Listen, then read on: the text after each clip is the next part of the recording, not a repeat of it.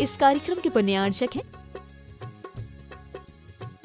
जयंती परिवार अलवर राजस्थान।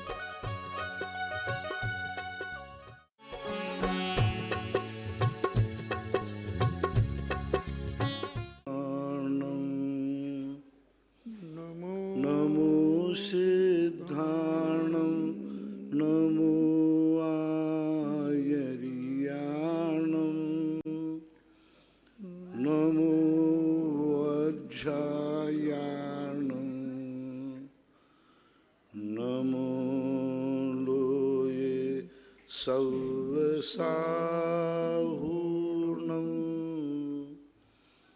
पंच परमेष्टि भगवान की जय।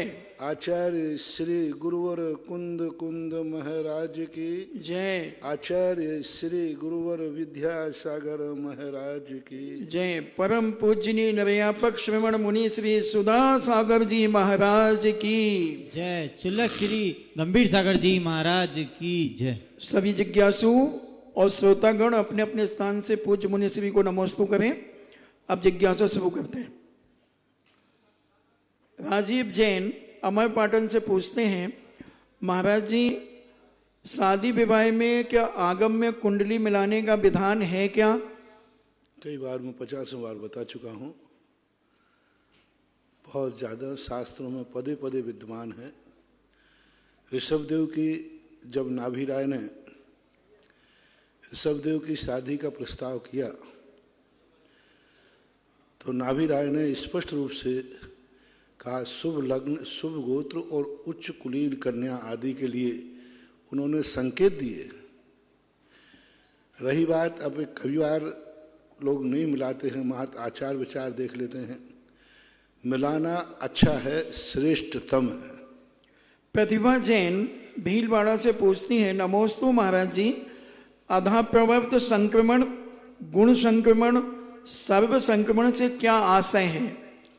इस संक्रमण जब व्यक्ति कुछ विशेष कार्य करता है, जिस समय वह श्रेणी आदि चढ़ता है, तो उसके अंदर आधा प्रवर्त संक्रमण, गुण संक्रमण आदि ये संक्रमण कर लेते। सर्व संक्रमण, गुण संक्रमण ने गुणकार रूप से संक्रमण करना। अभी 10 का किया, फिर आगे 10 गुणित 100, 100 गुणित 1000, ऐसे गुणकार रूप से संक्रमण करता है।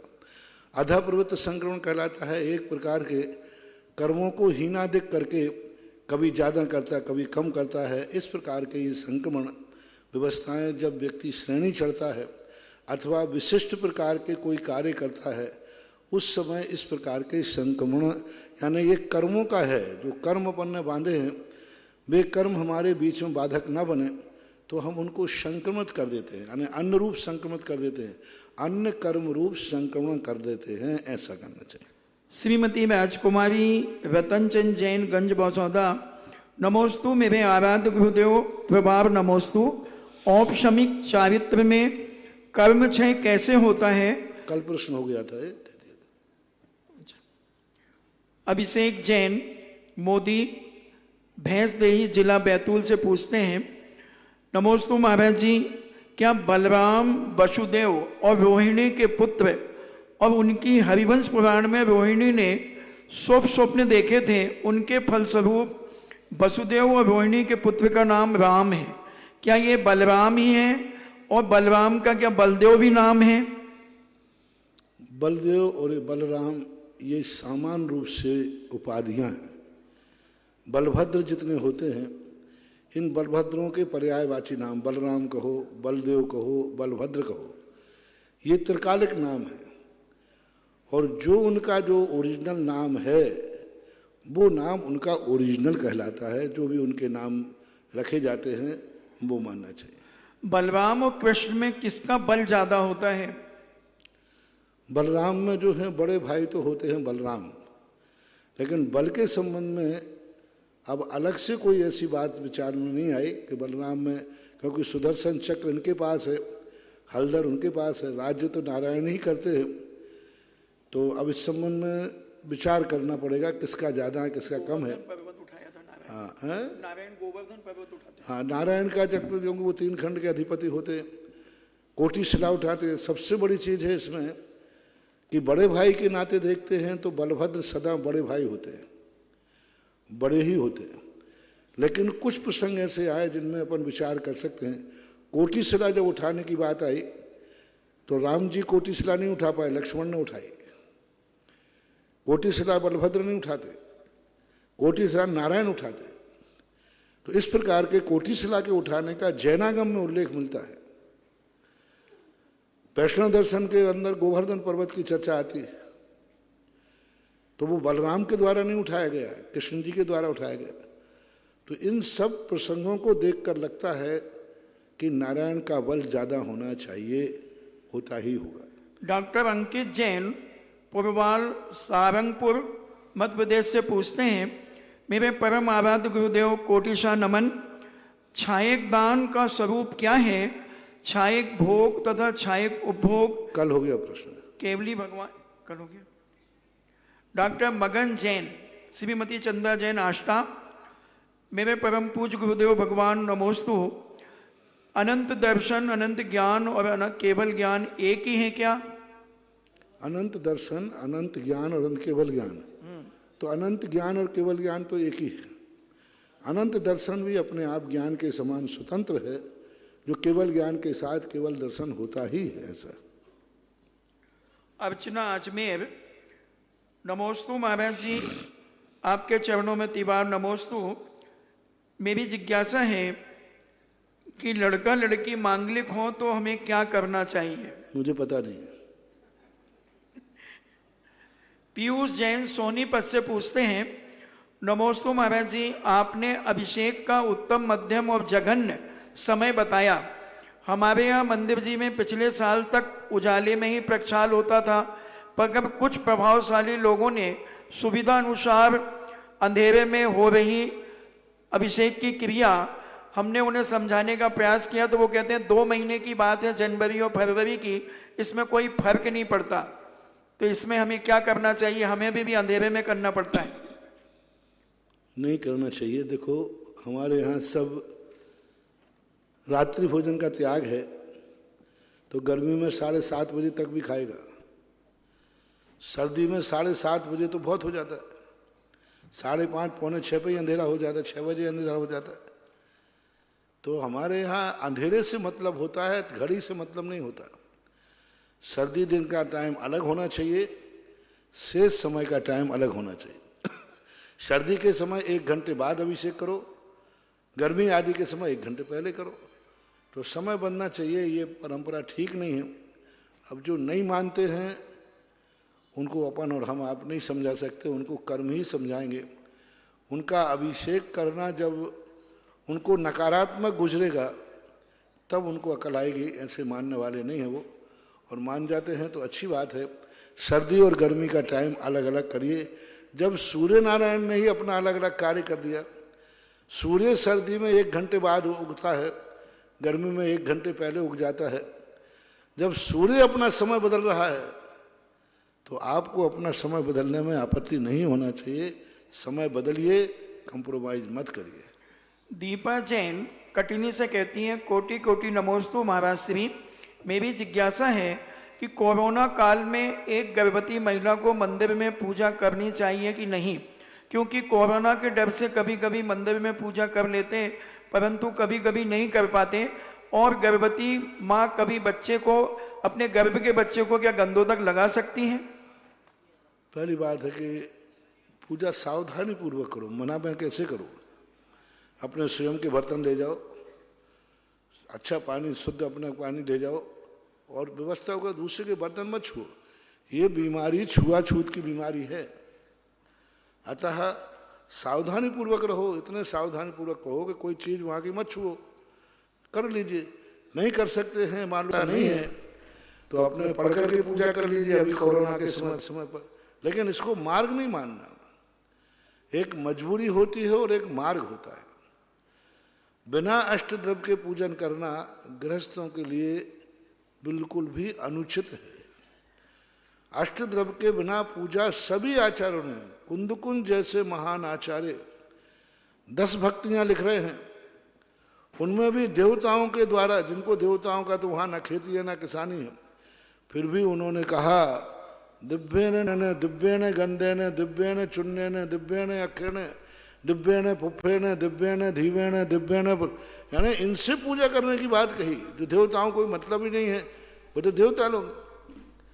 पूरे सभी आचार्य एक मत, जब सभी आचार्य एक मत हैं कि जिनेन्द्र देव की पूजा ग्रस्त जैन श्रावक को अष्टद्रव्य से करना चाहिए, तो इसमें अपने अपने वट परंतु लेकर नहीं लगाना चाहिए। हाँ, एक आचार्य कह रहा हो सबका विरोध हो तो बात, सभी आचार्य एक मत बोलते। जहां जहां श्रावकाचार की बात आई वहां वहां अष्टद्रव्य की बात आई, जहां जहां श्रावकाचार की बात आई और उसमें जैन श्रावक की बात आई तो अभिषेक की चर्चा की गई है। तो ये सब चीजें अपन को कैसे बन के करना चाहिए। बस रही बात सावधानी की, तो सावधानी तो सदा ही बरतना चाहिए। सुभी जैन करेली से, गुरुदेव नमोस्तु। करेली में विराजमान आरिका कंपमती जी सत्संग की ओर से आपके चरणों में बारंबार नमोस्तु। आरिकाओं की जिज्ञासा है कि आगम में आया है कि गौतम गणधर स्वामी एक अंतर्मुहूर्त में 12 अंग 14 पूर्व की रचना सुत रूप को गुंथित कर लेते हैं, तो वह अंतर्मुहूर्त में कैसे कर लेते हैं? 11 अंग 14 पूर्व का गौतम स्वामी गणधर एक अंतर्मुहूर्त में कैसे गूंथ लेते हैं? गूंथने का अर्थ है व्यवस्थित, गूंथने लिखित नहीं करते। वो अपने मन में ज्ञान में, जैसे आपने 10 अक्षर बोले तो उन्होंने सब, आजकल देखो इतने फास्ट टेक्नोलॉजी चलती है, कई लड़के इधर आप पूछते हुए गणित करके तुरंत जोड़ के बता दे इतना इतना इतना, पूछते ही तुरंत ही। भगवान की तो बहुत सारी रिद्धियां प्रकट हो गई, उनका क्षयोपशम हो जाता है जितने आप, क्योंकि भगवान का प्रत्येक वाणी द्वादशांग रूप होती है, अनंत अर्थात्मक होती है। यानी भगवान महाऋषभ तीर्थंकर के मुख से जो निकलता है वो हर बार वही वही निकलता है, नया कुछ भी नहीं। अब जिसको जो सुनना है उसके लिए नया है। भगवान की वाणी तो अर्थ करी होती है और उस अर्थ में सब कुछ छुपा है। दूसरी बार भी जो ओम निकले उसमें भी वही छुपा है। सुनने वाले लोग, श्रोता, कभी राम की कहानी सुन रहा है, कोई कृष्ण की कहानी सुन रहा है, कोई महावीर को, कोई ऋषभदेव को। लेकिन पहले दिन भी महावीर की कहानी थी। यदि आप पहले दिन जब भगवान की वाणी खुली थी उस समय तुम पहुंच जाते कि मुझे राम की कहानी सुनना है, तो उसमें थी। दूसरे दिन भी उन्होंने राम की कहानी सुनी, लेकिन कोई सुनने वाला नहीं था, इसलिए उसको सुनाई नहीं पड़ी। भगवान की वाणी सदा एक समान एक रूप होती है। तो वहां पर जब भगवान की वाणी है तो उसमें सारा द्वादशांग होता है। एक अंतर्मुहूर्त में गूंथना, तो गूंथना एक अंतर्मुहूर्त में पूरी द्वादशांग का पाठ कर लेते हैं। हमें तो यहाँ थोड़ा ही सा स्वयंभू स्त्रोत पढ़े, उसके बाद एक आध स्त्रोत और दे दें तो माथा गर्म हो जाता है। अब स्वयंभू पढ़ लिया, हाँ, तत्वार सूत्र का पाठ करते गर्म हो जाए, सहस्र नाम कर लिया तो और गर्म हो जाए। उनकी क्षमता मन बल रिद्धि, मनोबल रिद्धि नाम की चीज होती है उनको। और मनोबल रिद्धि यानी द्वादशांग का पाठ एक अंतर्मुहूर्त में करते हैं, फिर भी उनका थकान नहीं होती, उनके मन में कोई खिलानी नहीं होती, ऐसी उनकी शक्ति होती है। तो उनका क्षयोपशम एक अंतर्मुहूर्त में होता है। और गूंथने का अर्थ है पूरा जितना भगवान ने ओम शब्द में बोला, इसमें कितने प्रकार के अंग बोले, प्रथमान योग, कर्णान योग, चरणान योग, सब निकाल देंगे, छांट देंगे इसे। ये भगवान ने राम कथा बोली, हरिवंश कथा बोली, इनमें महावीर स्वामी, सब एक तरफ कर लेंगे, फिर सबको एक तरफ करके और एक अंतर्मुहूर्त में व्यवस्थित कर देते हैं। अब उनका जो क्षयोपशम तो पूर्ण रूप है, वहाँ उनके पास बीज बुद्धि भी होती है। जैसे महान आत्माएं जो होते हैं सूत्र रखते हैं, उस सूत्र को सिद्ध कर देते, कोष्ठक। जैसे ज्योमेट्री में कोष्ठक आता है ना, उसमें बीज गणित में कोष्ठक खोलो। अब कोष्ठक क्या है? एक 2 लाइनों का 2 अक्षरों का है। अब उसको खोलते जाओ तो कोष्ठक खोलते खोलते पूरा पेज भर जाता है। एक छोटा सा कोष्ठक था, अब छोटे से कोष्ठक के लिए खोलते खोलते खोलते गए, पूरा पेज भर गया। तो अब वो कोष्ठक में समाहित है वहां सब। पूज्यवर सूर्यचंद्र महाराज ने लिखा कि जो 5 अक्षरों को सही ध्यान कर लेता है, ओम ह्राम ह्रीम ह्रूम ह्रौम ह्राह, ये 5 अक्षरों का पाठ करने से वो द्वादशांग का पाठ करने वाला माना जाएगा। नमोस्तु महाराज जी। कितनी बड़ी बात की, 5 अक्षर, राम ह्रूम ह्रूम रौरा 5 अक्षर है। ये 5 अक्षरों के लिए मंत्र दिया पूरा सूर्यचंद्र महाराज ने। ये मंत्र जो है पूरे द्वादशांग का पाठ करने में समर्थ है।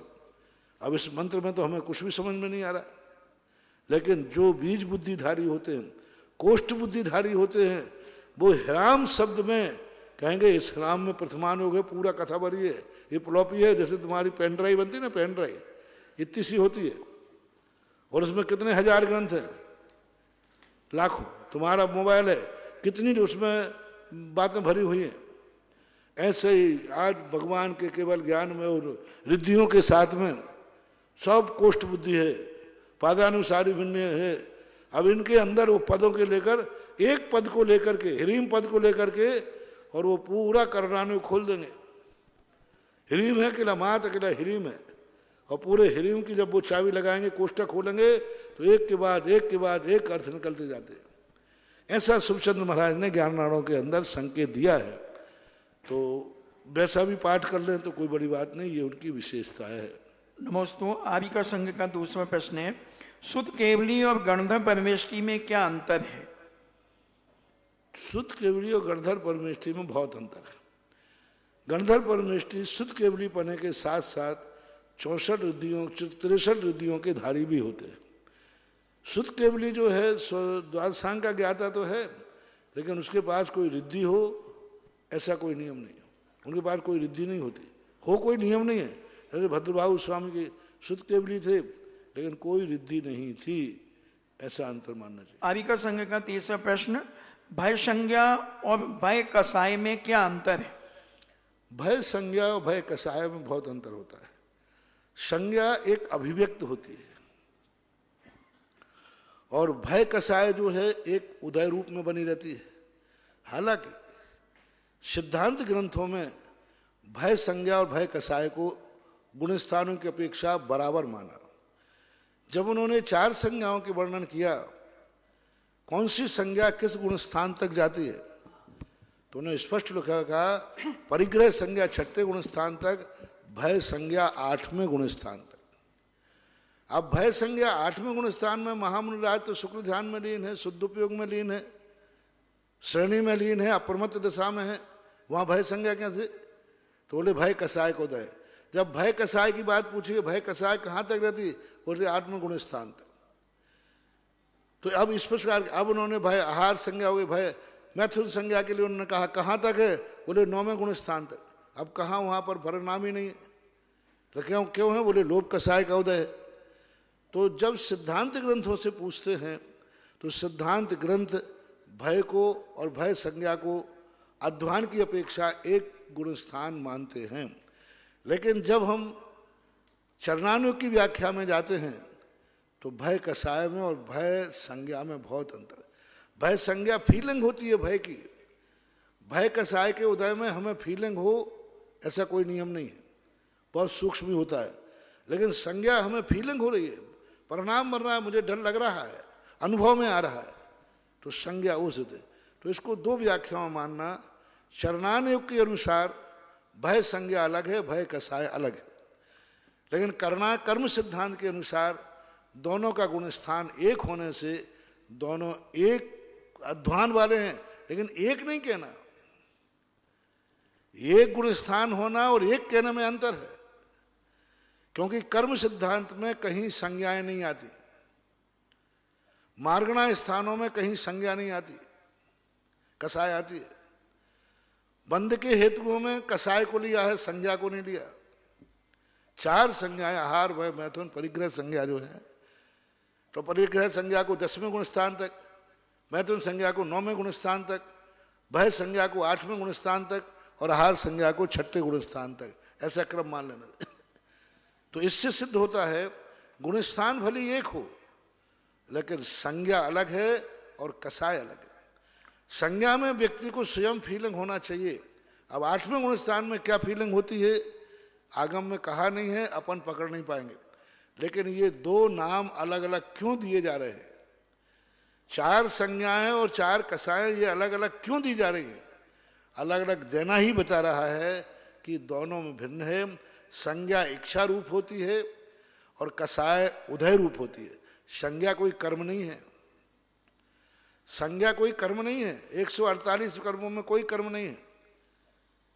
लेकिन संज्ञा होती है चरणानुग का मुख्यता करके, संज्ञाओं का प्रसंग विशेष रूप से चरणानुग का विषय बनता है।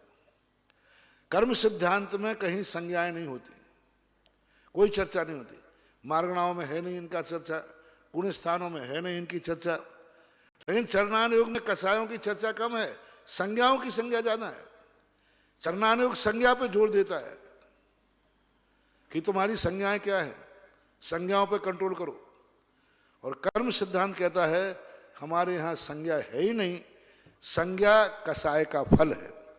यूं करें अंतर संक्षेप में, कसाय कारण है, संज्ञा कार्य है। कसाय कारण है, संज्ञा कार्य है। कसाय से संज्ञा उत्पन्न होती है, संज्ञा से कसाय नहीं। इसलिए कारण कार्य की विवक्षा मान करके हमें कसाय को और संज्ञा को अलग अलग मानना चाहिए। गुणस्थान की अपेक्षा से दोनों को एक गुणस्थान मानना चाहिए। और कर्णानुयोग के अनुसार और चरणानुयोग के अनुसार इन दोनों का अलग अलग विषय मानना चाहिए। कर्म सिद्धांत संज्ञाओं को स्वीकार नहीं करता, चरणानुयोग संज्ञाओं पर विशेष जोर देता है, चर्चा करता है। इसलिए संज्ञाएं चरणानुयोग जब उनको चारित्र निर्मल करना है तो संज्ञा पर विजय प्राप्त करना है। कसाय से कोई फर्क नहीं पड़ता, कोई फर्क नहीं पड़ता। संज्ञा जहां है वहां कसाय जरूर है, लेकिन कसाय हो और संज्ञा हो ऐसा कोई नियम नहीं है। इसलिए उन्होंने कहा कि संज्ञाएं मत करो, कसाय का उदय बना भी रहेगा तो कोई गड़बड़ नहीं है, लेकिन संज्ञा आ जाएगी तो वो संज्ञा तुम्हारे लिए नियम से कहीं ना कहीं से विचलित करेगी, ऐसा मानना चाहिए। आर्यिका संघ का पुनः चौथा प्रश्न है, क्या पंचम काल में तीर्थंकर प्रकृति का बंध हो सकता है? अब आगम में निषेध वाक्य नहीं मिल रहा है। आगम में कोई ऐसा कोई सिस्टम नहीं दिख रहा है कि तीर्थंकर प्रकृति वज्रवशम नाराज संगननधारी को ही होती है, ऐसा भी उल्लेख नहीं है। पंचम काल में नहीं हो सकता है ऐसा निषेध वाक्य भी नहीं है। लेकिन आगम में किसी को पंचम काल के जीव में तीर्थंकर प्रकृति का बंध हुआ है या होगा, इसका कोई उदाहरण नहीं है, कोई उदाहरण नहीं। कभी तो महावीर स्वामी कह सकते थे कि एक फलाना तीर्थंकर पंचम काल में सुत केवली के चरणों में माना जाएगा, और सुत केवली के चरणों में तीर्थंकर प्रकृति का बंध होता है। पंचम काल में 5 सुत केवली हुए हैं। तो कुछ ऐसे प्रश्न हैं जिनके संबंध में निर्णय करना बहुत कठिन है। कर्म सिद्धांत से, आगम भाषा से तीर्थंकर प्रकृति के बंद करने में कोई बाधा नहीं है, हो सकता है। क्योंकि पंचम काल में सामान्य केवली भी हुए। श्रीधर स्वामी, जम्मू स्वामी, गौतम स्वामी, सुधर्म स्वामी, ये सब जीव पंचम काल में मोक्ष गए। पंचम काल में इन्होंने उपदेश दिया है। जन्म इनका चौथे काल में था, लेकिन इनको केवल ज्ञान पंचम काल में हुआ। सुधर्म स्वामी, जम्मू स्वामी को पंचम काल में केवल ज्ञान हुआ, केवल ज्ञान पंचम काल चालू हो चुका था। महावीर स्वामी के 3 वर्ष के लगभग 15 दिन 8 दिन के बाद पंचम काल लग गया था। सुधर्म और जम्मू स्वामी को पंचम काल में केवल ज्ञान हुआ। श्रीधर केवली को पंचम काल में केवल ज्ञान हुआ, और कई वर्षों तक इन्होंने उपदेश दिया, और कई वर्षों तक उपदेश दिया। यानी 8 वर्ष के बाद पंचम काल का जीव यदि जन्म ले चुका है तो 8 वर्ष के बाद वो तीर्थंकर प्रकृति को बंद कर सकता है। और 8 वर्ष बाद तक यहाँ केवली भगवान विद्वान थे। शुद्ध केवली भगवान तो लगभग 100-125 वर्ष तक रहे। तो पंचम काल के जीव को आगम से तो कोई बाधा है नहीं। रही बात उदाहरण की, कि किसी भी आचार्य ने कभी उल्लेख नहीं किया कि पंचम काल के जीव ने केवल तीर्थंकर प्रकृति के बंद किया। शुद्ध केवली के पादमूल में तीर्थंकर प्रकृति के बंद का उल्लेख पूज्यवर नेमिचंद महाराज ने किया है, लेकिन आज तक कोई उदाहरण देखने में नहीं आया कि फलाने व्यक्ति ने शुद्ध केवली के चरणों में बैठकर तीर्थंकर प्रकृति का बंद किया था। जितने तीर्थंकर प्रकृति के बंद के उदाहरण मिलते हैं वे प्रायः समोषण के मिलते हैं, ऐसा माना जाए। आर्यिका संघ का 5वां प्रश्न है, ओम भी बीजाक्षर है लेकिन श्री भक्तांबर विधान में क्लीम को महाबीज अक्षर कहा है। ओम जो बीजाक्षर नहीं है प्रणव बीजाक्षर कहलाता है। ओम के दो रूप होते हैं। जब ये बीजाक्षर के रूप में आता है तो अपने स्वरों के रूप में आता है, और एक रूप जो ओम आता है वो स्वर के रूप में ना आकर के मात्र उच्चारण रूप में आता है। और वह ओम जो है प्रणव बीजाक्षर है। प्रणव बीजाक्षर का अर्थ होता है इसमें सब कुछ समाहित है। इसलिए संसार के जितने संप्रदाय हैं सब लोग ओम का उच्चारण करते हैं शुरुआत में, सभी लोग एक मत होकर। ओम का अर्थ होता है आकाश, व्यापक, जिसमें सब कुछ समाहित है। तो ओम के दो रूप लेना, एक प्रणव बीजाक्षर रूप जो ओम होता है वो तो ओम अपने उच्चारण रूप है, और जो आ ई उ ओम ओम औ मो है ये होता है, यहाँ पर जो बीजाक्षर बनता है यह स्वतंत्र स्वरात्मक बनता है। इसलिए और फिर ह्रीम भी एक अपने आप में स्वतंत्र बीजाक्षर है, ओम भी अपने आप में एक स्वतंत्र बीजाक्षर है, ह्राम भी, ये स्वतंत्र सत्ता वाले बीजाक्षर हैं। भक्तांबर में अलग अलग बीजाक्षर बनते हैं, कोई जरूरी नहीं। यदि सही साधना की जाए तो प्रत्येक श्लोक का बीजाक्षर अलग अलग बनता है। प्रत्येक श्लोक का, जितने श्लोक हैं 48 श्लोक हैं तो 48 बीजाक्षर हैं इसके, और इनमें बहुत बड़ी शक्ति है। अब कौन से श्लोक का कौन सा बीजाक्षर है ये साधक अपने ध्यान में अपनी साधना की शक्ति से यदि इसमें जुड़ जाए तो जुड़ जाते हैं। कुछ श्लोकों को मैंने प्रयास किया था, कर भी रहा हूं, कि प्रत्येक श्लोक का एक अलग अलग बीजाक्षर एनर्जी वाला, जो उस श्लोक की एनर्जी है उस एनर्जी वाला बीजाक्षर चाहिए। वो श्लोक जो नेचर वाला है उसी नेचर वाला बीजाक्षर चाहिए। जो शक्ति उस श्लोक के अंदर है वही शक्ति एक होना चाहिए। अब इस बहुत साधना और तपस्या का काम है, वर्षों लग जाएंगे तो भी एकाध पद का कोई बीजाक्षर मिल सकता है। तो ये सब बीजाक्षरों का बहुत अनंत व्यापार है, इनका अनंत अध्यवसाय है इनका। एक एक बीजाक्षर के बाद समझो कि ह्रीम, ह्रीम अलग है, हुरूम अलग है, रोम अलग है, 12 खड़ी होती हैं, का की कू के कई कहूँ ये होते ना, तो ये सब बीजाक्षर अलग है। का अर्थ अलग है, का बड़ा अलग है, की का अर्थ अलग है, की का अलग अलग है, कू का अलग अलग है, कू का अर्थ अलग है, के का अर्थ अलग है, कई का अर्थ अलग है, को का अर्थ अलग है, कऊ का अर्थ अलग है, कम का अर्थ अलग है, कहा का अर्थ अलग है। ये 12 खड़ी होती है। ये 12 खड़ी में बिल्कुल भिन्न भिन्न अर्थ है, भिन्न भिन्न अर्थ है। आप उच्चारण में देख लीजिए ना, किसी ने का अकेला बोला और किसी ने की बोल दिया, कितना अंतर आ गया। किसकी है, किसको है, ये किताब किसकी है, समझ गए। ये किताब किसको देना है। अब को अर्थ कर्म के अर्थ में आ गया, की अर्थ षष्ठी के अर्थ में आ गया। एक ही 12 खड़ी में की लग गया तो षष्ठी का अर्थ आएगा, संबंध का अर्थ, और को लग गया तो द्वितीया का अर्थ आएगा, कर्म का नाम आएगा। तो ये बीजाक्षरों की अनंत महिमा है, सबकी अलग अलग वैभव मानना चाहिए। पूज्य श्री आरिकाओं का पुनः प्रश्न है, क्लीम को ऐसी विशेषता क्यों दी, उसे महाबीजाक्षर क्यों कहते हैं? महाबीजाक्षर कहलाते कि अनंत अर्थ लिए होते हैं। कुछ बीजाक्षर होते हैं, कुछ महाबीजाक्षर होते हैं। जो संयुक्त बनते हैं वे महाबीजाक्षर कहलाते हैं।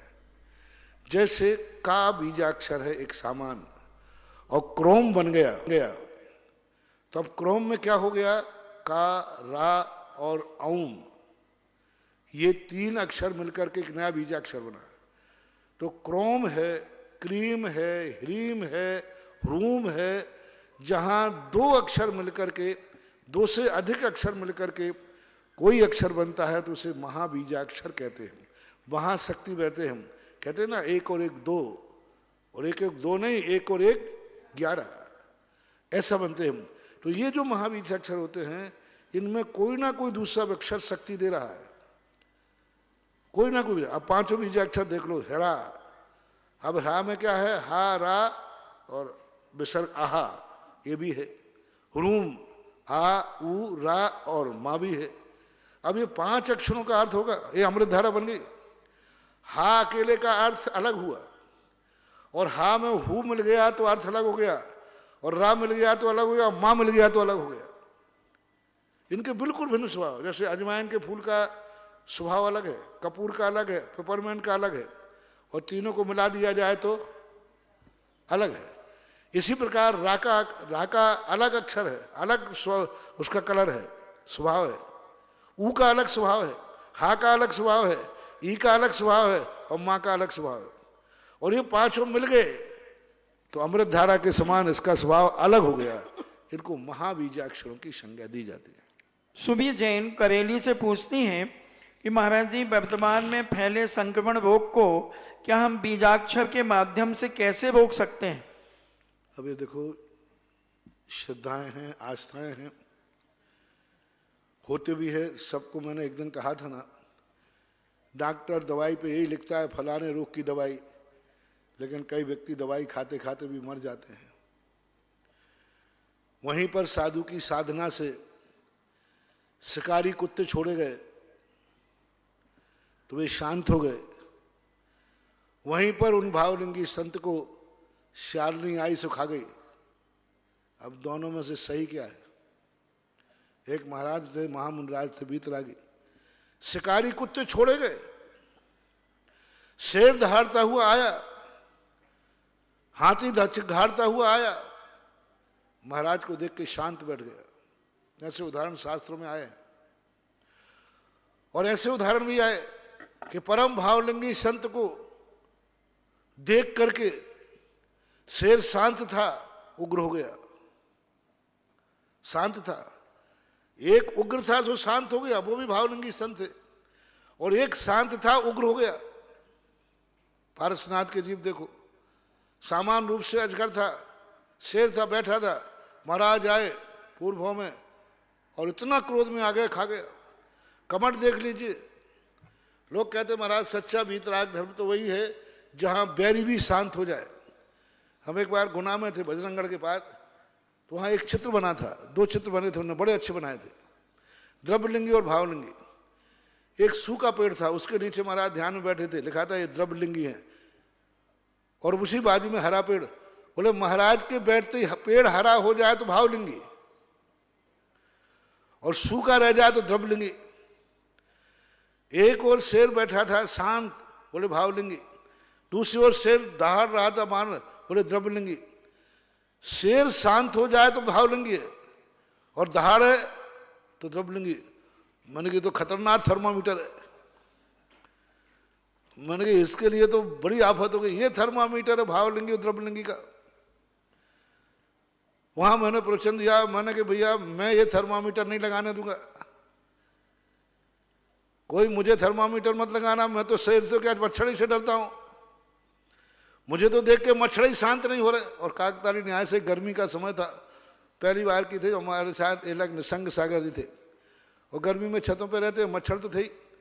तो मैंने कहा मुझे देख के तो मच्छर ही शांत नहीं हो रहा, शेर क्या होगा? मैंने पहली घोषणा कर दी, भैया शेर मेरे को मत बुलाना। फिर मैंने प्रवचन दिए, मैंने कहा ये थर्मामीटर तुम्हारे हैं, अनर्थ कर लोगे। एक भावलिंगी संत शेर को देख करके, शेर को बैर जाग गया और खा गई शेरनी। क्या करोगे उनको? मैंने कहा ऐसे बैलर दो जिनको।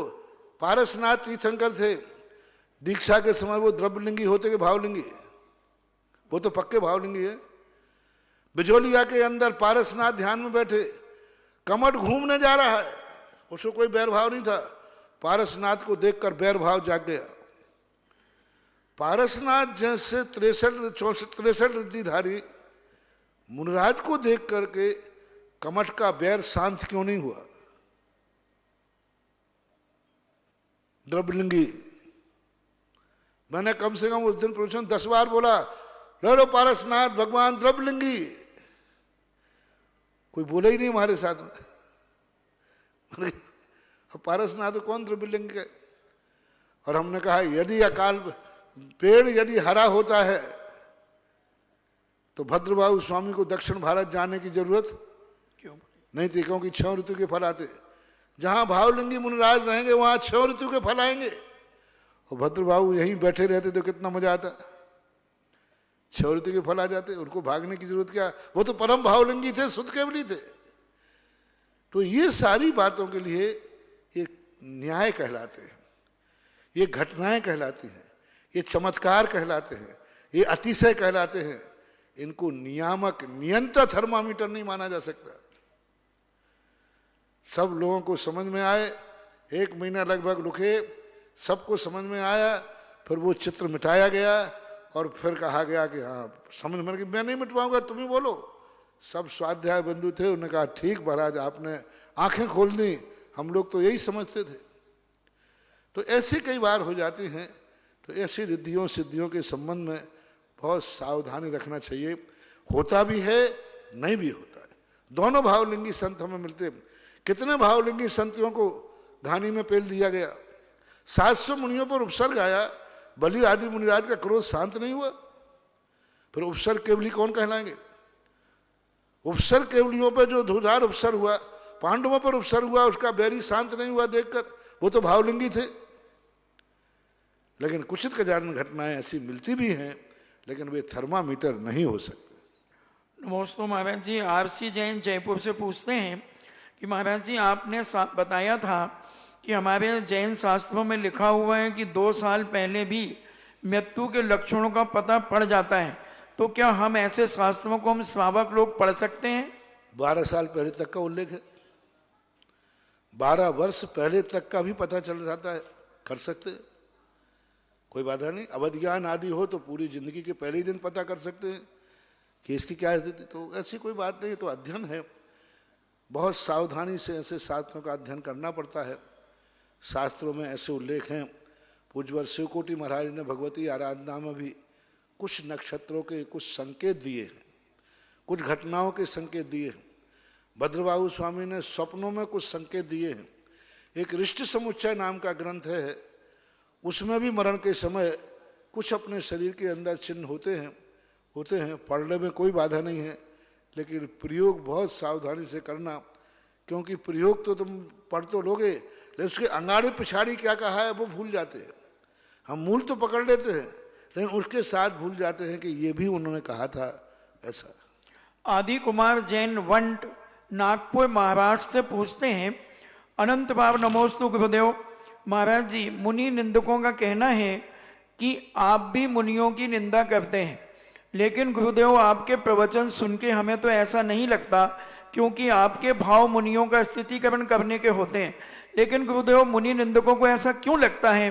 2 बातें होती है इसमें सामने, क्योंकि मुनि मार्ग, मैंने कभी किसी का नाम लेकर निंदा नहीं की। आगम में जिस सिद्धांत में कहा है कि एरिया करने वाला ऐसा होता है, ये कहा, नाम लेके तो नहीं कहा कि फलाना मुनि ऐसा है, फलाना ऐसा है। दूसरी बात है, आगम में चर्या का उल्लेख तो मिलता ही है, इस प्रकार की चर्या करने वाला व्यक्ति ये है, ये मुनि निंदा में आती है। तो सबसे बड़े संसार के सबसे बड़े मुनि निंदक हैं तो कुंद स्वामी। सबसे पहले मुनि धर्म की निंदा करने वाला कोई आचार्य महाराज हैं तो कुंद भगवान है, क्योंकि सबसे पहले उन्होंने अष्टपहाड़ के अंदर मुनियों के संबंध में चर्चा की। यदि इसको निंदक मानते हो तो कुंद स्वामी, इसको निंदा मानते हो तो त्रिलोकसार में नेमीचंद स्वामी ने, मूलाचार के अंदर सारे मुनियों की निंदा के भराए। शिथिलाचार का वर्णन करने से, शिथिलाचार का निषेध करने से निंदा है, तो फिर निंदा तो सारे आगम में भरी पड़ी है। सिद्धांत से बाधा नहीं होना चाहिए। मुनि निंदक वो कहते हैं पंचम काल में मुनि नहीं होते, ये निंदा कहलाती है, ये आगम का विप्लव कहलाता है, ये मिथ्या दृष्टि कहलाते हैं। और ये कहना कि नहीं मुनि तो होते हैं, लेकिन इस प्रकार के हों तो होते हैं और इस प्रकार के नहीं हैं तो नहीं होते। गुणवाचक और दुर्गुणवाचक बुराई करने से, मैं तो आज तक कभी किसी के नाम लेकर कभी कह नहीं, ये बताता हूं कि भाई ऐसा यदि करता है तो ये आगम विरुद्ध है, ये गलत है, ये शिथिलाचार है। अब वो शिथिलाचार वो लागू मेरे ऊपर भी लागू हो सकता है, क्या बात होगी, दुनिया के किसी के ऊपर भी हो सकता है। जब गुण और दोषों की विवेचना करेंगे तो वह तो किसी के ऊपर भी लागू होगा। गुण दोष है, गुण दोषों का बखान करना निंदा की कोटि में नहीं आता, लेकिन जो लेते हैं लेवें। मेरा अभिप्राय तो यही है कि लोग सत्य को स्वीकार करें या नहीं करें, लेकिन सत्य को जाने जरूर। मार्ग पर चल पा रहे हो नहीं चल पा रहे हो, लेकिन मार्ग जैसा था वैसा ही कहना चाहिए। अपनी कमी को ढांकने के लिए मार्ग को मत बदलो। ये कहो मार्ग तो सच्चा यही है, मैं इस मार्ग पर नहीं चल पा रहा हूं, किसी में भी लागू हो सकता है। समय गुण गुण कुंद कुंद भगवान ने सब पे कहा एकदम सामान्य। तो हमारे प्रवचनों में तो मैं यही कहता हूं, गुण दोषों का बखान है। अब चोर की दाढ़ी में तिनका हो तो मैं क्या करूं?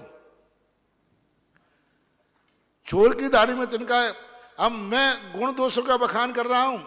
लोग कह रहे हैं देखो महाराज मेरे को लक्ष्य करके कर रहे हैं, मेरे को दृष्टि में रख के कर रहे हैं। तो अब वो किसी ना किसी पे तो लागू होगा। और चोर की दाढ़ी में तिनका होता है तो वो भन बनाता है, ध्यान रखना। और जिसकी दाढ़ी में तिनका नहीं होता है वो कहेगा मेरे से कहा ही नहीं, क्योंकि ये दोष मेरे में है ही नहीं। वही उछलता है, वही भक्त उछलता है जिसके गुरु में ये दोष पाया जाता है। वही भक्त जाकर कहता है जिस मुनि में पाया जाता है, अन्यथा कहता है मेरे में ये दोष है ही नहीं, मुझे क्या लेना देना। तो ये सब बातें हैं, गुण दोषों की बातें।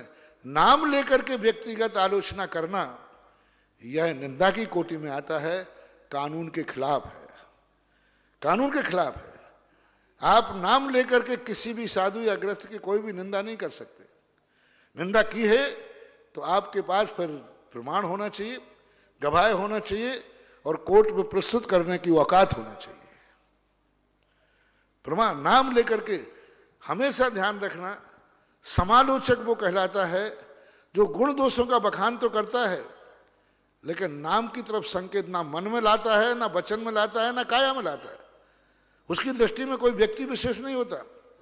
कुंद कुंद भगवान के स्वामी की दृष्टि में कोई व्यक्ति नहीं था कि फलाने मुनिराज को आचार्य को लक्ष्य में रख के कह रहे हो। उन्होंने तो मात्र एक सामान्य व्याख्या की है, ये आलोचना के अंतर्गत नहीं आती है। नाम लेकर के वो आलोचना करना ये पूरी 100% आलोचना है, और वो आलोचना द्वेषात्मक भी हो सकती है। नाम लेकर आलोचना वही कर सकता है जो उसका अधिकारी हो। गुरु शिष्य की आलोचना नाम लेके कर सकता है, बाप बेटे की आलोचना नाम लेके कर सकता है, अधिकृत मजिस्ट्रेट कानून नाम लेकर अपराधी कर सकता है, तू अपराधी है। जिसको अधिकार हो, जिसके संबंध में अधिकार हो। जैसे मुझे अधिकार है कि कोई शिष्य ने कहा, किसी भक्त ने कहा महाराज मेरे दोषों का बखान कीजिए, हम आपको अधिकार देते हैं। तो जिसको निंदा करने का अधिकार है उसने खुद दिया है, वो व्यक्तिगत निंदा कर सकते। गुरु व्यक्तिगत कर सकते, शिष्य को व्यक्तिगत आलोचना करेंगे। बेटा बाप बेटे की कर सकता है, राजा प्रजा की कर सकता है, मजिस्ट्रेट व्यक्तिगत अपराधी का नाम लेके कह सकता है ये अपराधी है। जो अधिकृत नहीं है, वो जो अधिकृत ही नहीं निंदा करने के, वे नाम लेकर के निंदा करते हैं, तो ये अपराध की कोटि में आता है। और सामान्य गुण दोषों की व्याख्या करते हैं कि ऐसा जो करेगा वो शिथिलाचार है, वो दुर्गति का कारण है, वो गलत है, और ऐसा जो करता है तो वो गुण दोषों का व्याख्यान है। अब जिसको जैसा लेना हो वैसा ले लेना। परम पूज्य आचार्य गुरुवर्धन शिरोमणि 108 विद्यासागर जी महामुनिराज के परम प्रभावक शिष्य जगत पूज्य निर्यापक समण मुनि पुंगव श्री सुधासागर जी महाराज के पवित्र पावन चरणों में हम सभी श्रावक श्रावकाएं और जिनवाणी चैनल और सुधा कलश चैनल के माध्यम से देख रहे देश विदेश के श्रावक श्रावकों की ओर से कोटिशः नमोस्तु नमोस्तु नमोस्तु गुरुवर। बंधुओं, तपोदर तीर्थ क्षेत्र पर जो बड़े बाबा की वेदी में सोने का काम होने जा रहा है, उसके लिए 5100 रुपये की राशि बीना नीरज जैन दिल्ली की ओर से दी गई है। और चंद्रोदय तीर्थ चांदखेड़ी पर जो असीमकालीन भक्तामर विधान प्रारंभ हो चुका है, उसके लिए 51,000 रुपये की न्यौछावर राशि से आज 3 भक्तों ने अपनी स्वीकृति दी है। स्वर्गीय गुणवती धर्मपत्नी पवन कुमार जैन पाटनी की 11वीं पुण्य स्मृति में उनके परिवार जन शैलेंद्र, अतुल, प्रेरणा, अनुज, प्रियांशी, हितेश जैन पाटनी परिवार ब्यावर। दूसरा नाम है केसरीमल जी, शकुंतला, सीमा, सुनील, मीना, मीनल, नीलिमा अजित जैन सल्लभ चौरिया परिवार नयापुरा कोटा, और तीसरा नाम है श्री अशोक कुमार जी, रेखा गोरीश रशिता आकाश पद्माबाई कासलीवाल लोहरदा वाले देवास। इन सभी लोगों के दान और पुण्य की अनुमोदना। आज की पहली जिज्ञासा है पुनीता जैन यूएसए। मेरे गुरुजी के चरणों में कोटि कोटि नमोस्तु। महाराज, श्री देवशास्त्र गुरु पर अपनी श्रद्धा को कैसे अडिग बना सकते हैं? क्या ये हमारे पुरुषार्थ पर निर्भर करता है या हमारे कर्मों पर? कौन हमें अडिग श्रद्धान नहीं होने देता है, हमारे कर्म या हमारा प्रमाद? कैसे हम इसे? सबसे ज़्यादा तो हमारा प्रमाद ही मानना चाहिए। हमारी रुचि जब हमारी तत्व की दृष्टि होती है, जब व्यक्ति अपनी बीमारी से परेशान होता है तो डॉक्टर को एन के एन प्रकारों खोजने का प्रयास करता है और मिल भी जाता है, पूरी ताकत लगाता है। बीमार होते ही हमेशा व्यक्ति को डॉक्टर याद आता है, कोई डॉक्टर चाहिए, खोजता है। 90% मिल जाते हैं, 10% खोजने के बाद भी नहीं मिलता डॉक्टर, मर जाता है मरीज। तो जब मिथ्यात्ववादी का तीव्र हृदय होता है तब कई बार पुरुषार्थ करते हुए भी व्यक्ति वहां तक नहीं पहुंच पाता जहां पर सच्चे देवसाध गुरु है। उसका कर्म नहीं पहुंचने देता। कर्म इतने प्रकार के बीच में आ जाता है कि सच्चे देवसाध गुरु तक जाने नहीं देगा, पहुंचने नहीं देगा। वो ऐसा उपक्रम रच देगा कि तुम वहां तक पहुंच ही नहीं पाओगे। देख लो, उन्होंने मशवरा दिया ना मिथ्या दृष्टियों का एक सबसे बढ़िया उदाहरण, कि ऐसा मिथ्यात कर्म ने कहा कि ये जैन कुल में जन्म गया, वो जैनी है, ये तो देवसाध गुरु तो इसके वंश में मिलेंगे, और पुण्य इसने किया है कि वो जैन कुल में जन्म लेगा, पुण्य किया है। आदिनाथ के कुल में मारीच ने जन्म लिया, पुण्य किया है, उसको टाल नहीं सकते। लेकिन ये तो वहां तो साक्षात भगवान मिलेंगे, तो मानेगा। तो मिथ्यात कर्म ने अहंकार बना दिया, कोई तीर्थंकर नहीं होते। आज के समय में देखो मिथ्या दृष्टि, बहुत बहुत सरल मिथ्या दृष्टि दे रहा हूं। कर्म ने कहा कि इसको जैन कुल में तो जन्म देना पड़ेगा और आर्यखंड में देगा, और आर्यखंड में तो मुनिराज हैं,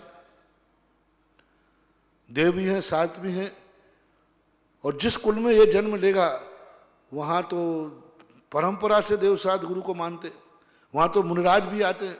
क्या करें? तो कर्म मिथ्यात कहता है इसकी मति विभ्रम करो। क्षेत्र तो नहीं बदल पाएंगे क्योंकि कर्म का उदय है। इसके दिमाग में ऐसा भर दो कि पंचम काल में मुनि होते ही नहीं है, पंचम काल में मुनि होते ही नहीं है। मुनि सामने भी आ जाएंगे तो नहीं मानेगा, सामने भी पहुंच जाएंगे तो नहीं मानेगा। ये कहलाता है कर्म, ये पुरुषार्थ नहीं, ये कर्म है। कर्म ने कहा इसको बचाओ कहीं से। एक बार किसी व्यक्ति ने कहा, बोले महाराज जी फलाना व्यक्ति जैनी है, वो महाराजों को हार नहीं देता। मैंने कहा उसकी गलती नहीं है, ये मेरी अंजलि का चमत्कार है कि उसकी बुद्धि भ्रम कर दी, क्योंकि इस अंजलि में पापियों के हाथ का हार नहीं आता। ये अंजलि इतनी पावन है, पवित्र है कि वो हार देता था जैन कुल में है। तो कर्म ने कहा इस पापी को कैसे वहां है, इसकी बुद्धि कर दो। कई बार बुद्धि विभ्रम हो जाती है, इसकी बुद्धि ऐसी कर दो कि ये माने कि मुनि होते ही नहीं है। अब मुनि सामने भी खड़े रहेंगे तो ऐसा कुछ नहीं। जैन कुल में जन्म भी ले लिया, सब कुछ कर लिया, उसने आदिनाथ के विरोध में चला गया। यह है मिथ्यात कर्म का उदय, तीव्र मिथ्यात कर्म का उदय, कि वो तीर्थंकर को नहीं पहचान पाया और कहता कोई भगवान नहीं होते। ऐसे यार जैन कुल में जन्म लेकर के भी लोग कहते हैं पंचम काल में मुनि नहीं होते, मुनि धर्म नहीं होता। ये सब क्या है? ये है इनके तीव्र मिथ्यात कर्म के उदय। कुंद भगवान ने बात को किया, सहज उपन्नम रूपम दट्टूणम जो न मन्य मत्सर्य सो संयम परिवन्नो मिच्छा हिट्टी हवै जीवो। कुंद भगवान ने कुदेव को शास्त्रों की चर्चा नहीं की। उन्होंने कहा ये तो पहली क्लास की किताब है, ये तो पहली क्लास में पढ़ लिया। उन्होंने जैन मिथ्या दृष्टिकोण है, जैन मिथ्या दृष्टि, सहज उपन्नम रूपम दट्टूणम जो न मन्य मत्सर्य सो संयम परिवन्नो मिच्छा हिट्टी हवै जीवो। ये कहलाता है कर्म का उदय। सामान्य रूप से व्यक्ति कई बार पुरुषार्थ नहीं कर पाता, उसकी प्रयास ही नहीं करता, मर जाता है। डॉक्टर को खोजने का प्रयास नहीं करता। तो खोजने के लिए पीड़ा चाहिए, वेदना चाहिए। संसार के प्रति वह दुखी है कि नहीं, इस संसार से परेशान है कि नहीं। बिना पीड़ा के डॉक्टर नहीं खोजा जा सकता और बिना पीड़ा के गुरु नहीं खोजा सकता। संसार में रहने वाला व्यक्ति जब तक दुखी नहीं होगा वो गुरु को क्यों खोजेगा। इसलिए संसार भीरू, संसार से डरने वाला ही देवसाद गुरु को प्राप्त कर पाता है। बंधुओं, परम पूज्य निर्यापक समण मुनिपुंगव श्री सुधासागर जी महाराज के मंगल प्रवचन जो कि आगमवाणी के चैनल के माध्यम से सुबह 8 से 9 बजे तक प्रतिदिन प्रसारित किए जाते हैं। हाँ, 8 से 9:30 बजे तक ये प्रवचन DTH चैनल पर भी चालू हो चुके हैं और YouTube पर भी चल रहे हैं। और इसके पुण्यार्जक है श्री रूपक जैन, रिकांक्षी जैन दिल्ली कागजी परिवार, सिद्धार्थ जैन, रिम्पी जैन दिल्ली, वर्धमान पेपर इम्पैक्ट चावड़ी बाजार दिल्ली, ममता जैन, सौम्या जैन, प्रथम जैन, सतीश जैन, निशा जैन दिल्ली कागजी परिवार दिल्ली। तो आप सभी की इन परिवारों के पुण्य की अनुमोदना अगली जिज्ञासा ऑडियो के माध्यम से। ललितपुर से शीलचंद जैन अनोरा परिवार का जगत गुरु निर्यापक मुनि पुंगव श्री सुधासागर महाराज को त्रिवार नमोस्तु। गुरुवर, हमारी जिज्ञासा है कि 2.5 द्वीप में स्थित क्षेत्रों का कर्म भूमि एवं भोग भूमि का विभाजन किस प्रकार है और कर्म भूमि में कौन से रहते हैं और भोग भूमि में कौन से रहते हैं। हे गुरुवर, जिज्ञासा का समाधान करें। नमोस्तु नमोस्तु। 2.5 द्वीप की जो भोग भूमियाँ हैं ये जो हैं शाश्वत भूमि होती हैं। मेरू पर्वत को 5 मेरू हैं तो 10 उत्तम कुरु, देवकुरु और उत्तर कुरु नाम से मान जाते। उत्तम भोग भूमियाँ हैं, इनको उत्तम भोग भूमि कहते हैं। उत्तम भोग भूमियाँ 10 हैं। मध्यम और जघन भूमियाँ जो हैं, एक मेरू पर्वत को लेकर के जो 7 भाग किए जाते हैं। कौन कौन से?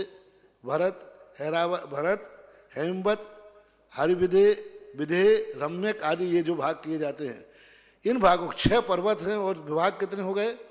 7 हो गए। तो ये 7 में से एक तो कर्म भूमि आएगा भरत पहला और लास्ट का आएगा ऐरावत कर्म भूमि। बीच के एक मेरू संबंधी 2 जघन्य भूमि होती हैं, 2 मध्यम भोग भूमि होती हैं, 2 उत्कृष्ट भोग भूमि होती है। मेरू संबंधी उत्तर कुरु, देवकुरु, 2 मध्यम विधेय क्षेत्र के इस तरफ और विधेय क्षेत्र के उस तरफ, 2 ये भोग भूमि और 2 जघन्य भूमि होती हैं, 2 कर्म भूमि होती है। ये विभाजन पूरे 2.5 द्वीप में लगाना। एक मेरू संबंधी बता दिया, एक मेरू संबंधी 2 उत्तम भोग भूमि, 2 मध्यम भोग भूमि, 2 जघन्य भोग भूमि। ये एक शाश्वत व्यवस्था है, अविनाशी। ये स्थायी व्यवस्था की बात मैंने चर्चा की। अब अस्थायी भोग भूमि और अस्थायी कर्म भूमि। तो भरत और ऐरावत में जब पहला, दूसरा, तीसरा काल होता है तब उत्तम, मध्यम, जघन्य भोग भूमि होती है। इन्हीं भरत क्षेत्रों में, ऐरावत क्षेत्र में अस्थायी रूप से चतुर्थ कालीन जो है वह कर्म भूमि होती है। तो ये अस्थायी कर्म भूमियाँ होंगी, भरत और ऐरावत की अस्थायी कर्म भूमि और अस्थायी भोग भूमि। कुछ शाश्वत भोग भूमि मैंने बता दी। अब शाश्वत कर्म भूमि, एक मेरू संबंधी जो है 32 कर्म भूमियां शाश्वत है, जिसे हम 32 विधेय कहते हैं। एक मेरू संबंधी 32 है, 8, 8, 16, 32 है एक मेरू संबंधी। ऐसे 5 मेरू हैं तो 32 पंचे लगा लीजिए, कितना हुआ? 160 कर्म हुए। 160 कर्म भूमि हुई और भोग भूमि कितनी हुई? 10 तो उत्तम, 10 मध्यम, 10 जघन्य। ये सब स्थायी भोग भूमि है। और अस्थायी भोग भूमि, कर्म भूमि हमने बता दिया कि अस्थायी 10 भोग भूमियाँ, 10 कर्म भूमियाँ, जिनमें 6 काल का परिवर्तन चलता रहता है। कर्म भूमि में जीव वो रहते हैं जो कर्म भूमि के जीव होते हैं, जहाँ से मोक्ष के दरवाजे खुले रहते हैं, मोक्ष का पुरुषार्थ रहता है, जहाँ संयम का प्रभाव रहता है, जहाँ संयम का प्रवर्तन रहता है, विशेष रूप से आर्यखंड के रूप में। और भोग भूमि जीव में जो कल्प वृक्षों से भाग के भरोसे अपनी जिंदगी जीते हैं, वो सारी व्यवस्थाएं शास्त्रों में वर्णित हैं। एक कर्म भूमि और शाश्वत है जो स्वयंभू रमण द्वीप समुद्र में है, वो आपने प्रश्न में पूछा नहीं, आपने ढाई द्वीप संबंधी पूछे थे। ढाई द्वीप के बाहर भी एक कर्मभूमि है स्वयंभू रमण, जहाँ पर त्रियंश रहते हैं, मनुष्य नहीं रहते हैं। संक्षेप में इतना ही जानना। अगली जिज्ञासा है भोपाल से सुषमा जी जैन की। नमोस्तु पूज्य श्री नमोस्तु।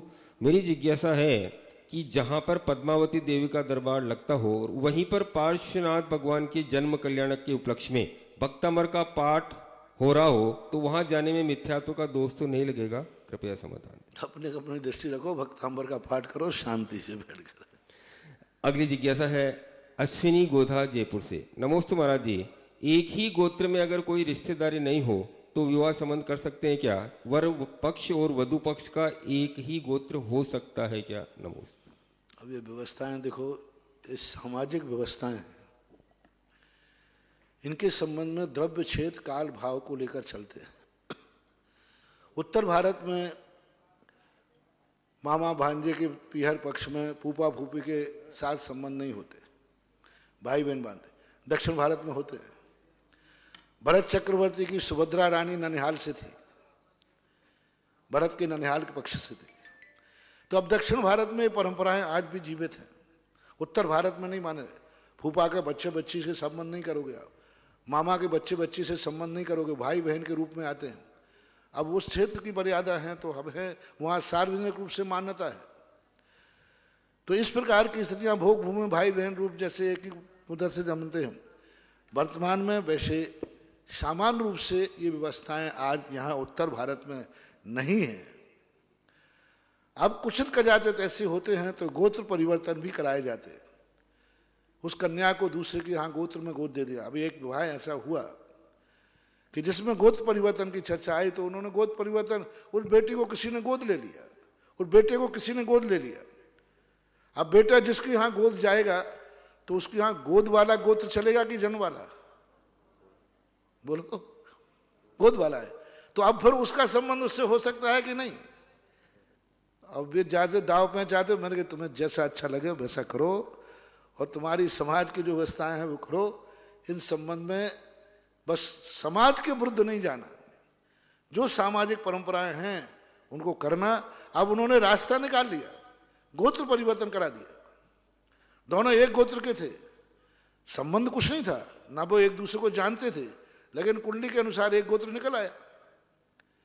तो उन्होंने गोत्र परिवर्तन किया कि एक को, दो में से एक को गोद भेज दिया विपरीत गोद में, फिर उसी गोद वाले ने उसका कन्यादान जो भी होता है किया। और अब आगे जाकर के वो गोत्र परिवर्तन हुआ तो फिर ध्यान रखना, शादी के लिए गोत्र परिवर्तन नहीं, स्थायी रूप से होगा फिर। हाँ, फिर उसी गोत्र में लेके जाओगे। आपका पापा मम्मी वही कहलाएंगे जिसका गोत्र लिख रहे हो आप, कन्यादान भी वही करेगा जिसके यहाँ गोद है आप। हाँ, लोग यूं करा दें फिर ऐसा ही करना है, ऐसा नहीं। फिर आपका पीहर वही माना जाएगा, आपके माँ बाप वही माने जाएंगे, आपका वसीयत पे अधिकार होगा। हाँ, कई लोगों ने लेने को, कौन उपद्रव करेगा? कोई कहते साहब हमारा गोद में आप गोद ले लो ना, मेरी शादी हो जाएगी। बेटा शादी तो हो जाएगी, संपत्ति का बंटवारा हो जाएगा, क्योंकि मेरे गोद में आएगा तो फिर संपत्ति का अधिकारी हो जाता। कानून में होता, फिर कोर्ट जाता है, वो केस कोर्ट में जाता है और कोर्ट में जाएगा कि साहब मैं गोत्र परिवर्तन करके फलाने गोद जाना चाहता हूँ। बाकायदा वकील होगा, कोर्ट होगा, कोर्ट में फिर मजिस्ट्रेट पूछेगा आप इसको गोद ले रहे हो, आपकी संपत्ति का ये बराबर भाइयों के समान अधिकारी होगा। ये लिख के देना पड़ता है कि हमारी जो संपत्ति है उस संपत्ति पर इसका वसीयतनामा होगा, हमारी संपत्ति का अधिकारी होगा। हमारा गोत्र भी लिखेगा, हमारी संपत्ति भी लिखेगा और हमारा वंशज माना जाएगा। भविष्य में जो पीढ़ी चलेगी वो पीढ़ी भी हमारी मानी जाएगी। ये सारा कोर्ट में लिख के देना पड़ता है, तब फिर कोर्ट उस गोत्र परिवर्तन की अनुमति देता है। ये परंपराएं आज व्यवहार में चलती हैं।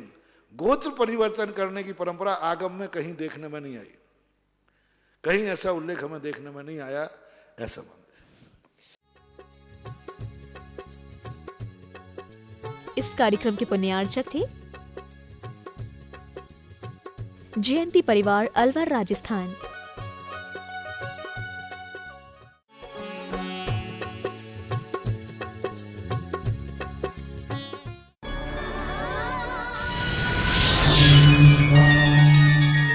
मध्य प्रदेश के जिला बड़वानी की पावन धरा 52 गजाजी में स्थित श्री दिगंबर जैन सिद्ध क्षेत्र चूलगिरी के प्रांगण में भक्तों को मिलने जा रहा है एक और मंगल अवसर।